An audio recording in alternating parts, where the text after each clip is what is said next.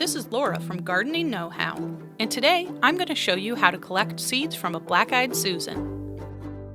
Collecting seeds is an easy way to expand your garden, and best of all, it's free. Wait for a dry fall day and grab your clippers. The seed heads on your rutabaga should be crispy and brown and fall apart easily in your hand. If your clippings are still green, lay them out on some newspaper to dry for a week or two. Pop off the seed heads from the stems and drop them in a jar. I'm using a glass jar, but if you have a plastic container, you can throw a small rock or some quarters in there to help break things up.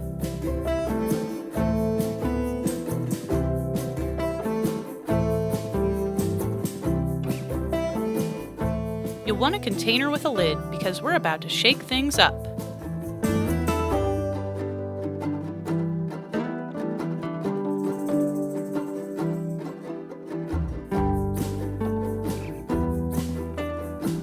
After a good shake, take your sieve and hold it over a sheet of paper. Dump the contents of the jar out and sift out those seeds. Sometimes seeds need a little extra help, so feel free to get in there and break up the seed heads with your fingers. There will be some chaff left over, but that's okay. When you plant your seeds, the extra bits will all go back into the ground. Now grab a paper envelope, store your seeds in a cool, dry place, and plant them in the spring.